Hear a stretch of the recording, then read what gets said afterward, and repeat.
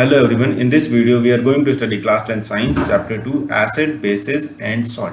Topics to be covered in the chapter: acid, base and salt, indicators, pH, chemical properties of acid, base and salt, caustic soda के बारे में हम already cover कर चुके हैं। अब हमें पढ़ना है plaster of Paris, washing soda, baking soda के बारे में।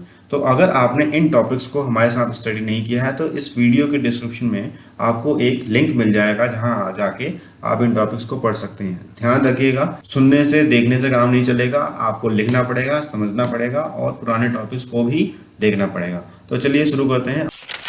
ये है बेकिंग सोडा। बेकिंग सोडा में जो इसका केमिकल नेम है, ऑलरेडी मैं पहले बता चुका हूँ कि हमें 5 चीज़ें देखनी है। पहला है इसका केमिकल नेम, दूसरा है कॉमन नेम, तीसरा है केमिकल फॉर्मूला, चौथा है प्रिपरेशन और पांचवा होगा नेक्स्ट स्लाइड पे। केमिकल नेम है sodium hydrogen carbonate, common name है बेकिंग सोडा, केमिकल फॉर्मूला है सोडियम हाइड्रोजन कार्बोनेट का NaHCO3 और इसका प्रिपरेशन में हमें से पूछा जाता है कई बार कि बेकिंग सोडा बनाने के लिए कौन से सब्सटेंस की जरूरत होती है।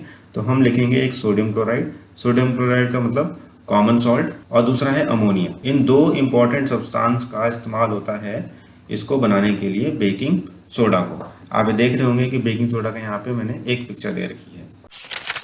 बेकिंग सोडा का इस्तेमाल कहाँ कहाँ पे होता है? तो पहला यूज है बेकिंग पाउडर। जो है वो कैसे बनाया जाता है? बेकिंग सोडा से हमारा बनता है, सोडा से बेकिंग पाउडर कैसे बनता है, और फिर बेकिंग पाउडर से ये जो बेकिंग इंडस्ट्री है, बेकिंग का मतलब जो भी बर्गर, पिज़्ज़ा और ये सब जो बन टाइप के आते हैं जिसके अंदर बहुत स्पॉन्ज होता है और सॉफ्ट होता है, स्पाइसी होता है खाने में, इन सब का इस्तेमाल होता है। और ये कैसे बनता है मैं आपको बताता हूँ।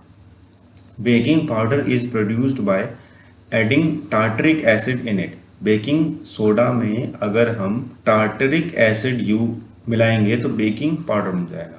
While making bread and cake, baking powder is heated और mixed with water. Baking powder को हीट किया जाता है और मिक्स किया जाता है पानी के साथ। Then carbon dioxide is released which cause it to rise and making soft and crispy. तो कई बार एग्जाम्स में पूछा गया है, पिछले एग्जाम में पूछा गया था कि पकोड़ा जो है, पकोड़ा खाते हैं हम लोग ठंडियों के समय में, बारिश के समय में, तो ये जो पकोड़ा है ये बहुत ज़्यादा सॉफ्ट है और क्रिस्पी है, तो इसमें कौन सा केमिकल का इस्तेमाल किया गया है? तो आप बच्चे लिखेंगे बेकिंग पाउडर या फिर बेकिंग सोडा। और फिर इसका प्रिपरेशन तो आपने को मैंने प्रिपरेशन पहले ही बता चुका हूँ। तो कुछ इस तरीके से इसका क्वेश्चन आता है। ध्यान रखिएगा, कार्बन डाइऑक्साइड गैस के कारण से ये राइज होते हैं। कई बार ये भी पूछा जाता है कि कार्बन डाइऑक्साइड गैस कहाँ से निकल के आती है राइज करने के लिए। नेक्स्ट यूज है use to make soda acid and fire extinguishers.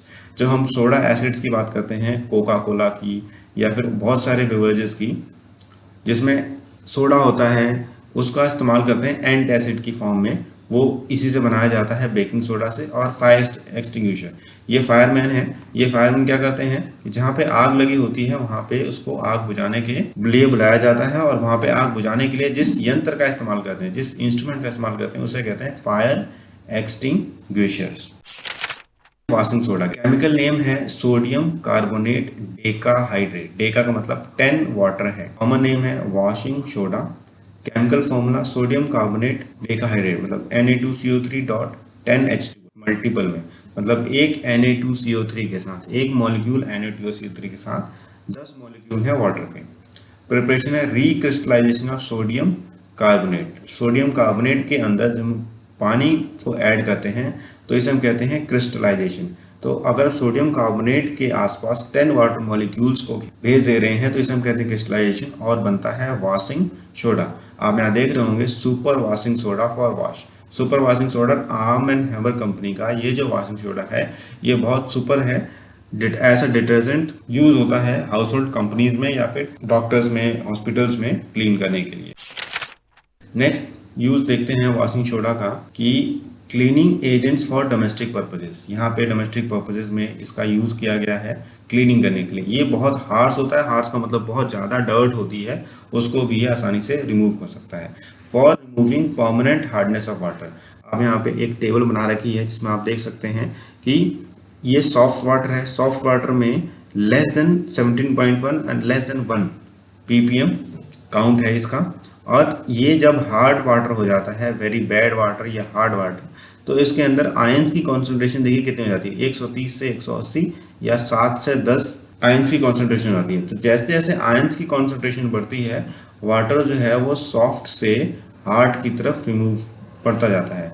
और ये हार्ड वाटर जो है ये क्लीनिंग के लिए यूज़ करेंगे तो डर्ट जो है वो अच्छे से क्लीन नहीं होगा, क्योंकि ऑलरेडी उसके अंदर आयंस हैं, वो गाढ़ा पहले से ही है।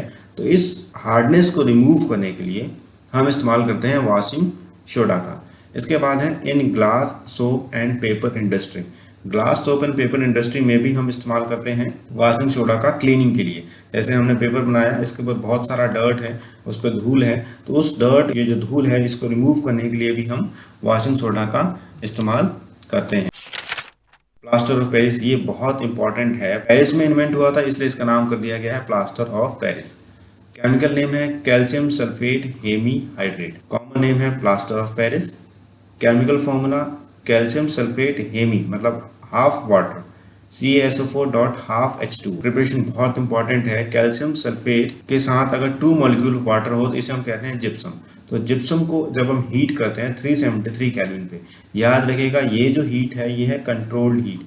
कंट्रोल्ड हीट का मतलब अगर इससे ज़्यादा हीट करेंगे तो ये जो वाटर मॉलिक्यूल हाफ है ये भी इधर चला जाएगा और हमारे पास सिर्फ CaSO4 बच जाएगा। तो कंट्रोल हीट का मतलब है कि हमें ध्यान रखना है कि हर कैल्शियम सल्फेट मॉलिक्यूल के साथ हाफ वाटर मॉलिक्यूल हो और बाकी वाटर मॉलिक्यूल रिमूव हो जाए। ये हमारा प्लास्टर ऑफ पेरिस का एक बैग है। अब समझते हैं इसका यूज़ कहाँ होता है। प्लास्टर ऑफ पेरिस का यूज़ कहाँ कहाँ पे होता है। तो फर्स्ट यूज़ है for making toys and smooth surface and hall decoration. यहाँ देखिए ये जो टॉय है ये बनाया गया है प्लास्टर ऑफ पेरिस POP की सहायता से। आप देखेंगे इसके हेयर्स और इनमें लाइंस जो हैं वो बहुत क्लियर हैं और ये बहुत स्मूथ होता है।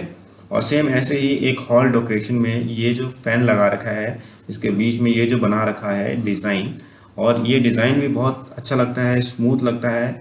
लोग अपने घरों में कॉर्नर्स में लगाते हैं इसके लिए। और ये जो कार्टून बना रखा है, ये शेर का सिंबल दे रखा है, ये भी प्लास्टर ऑफ पेरिस की सहायता से बनाया गया है। सेकंड यूज़ है doctor use POP for supporting fracture bone.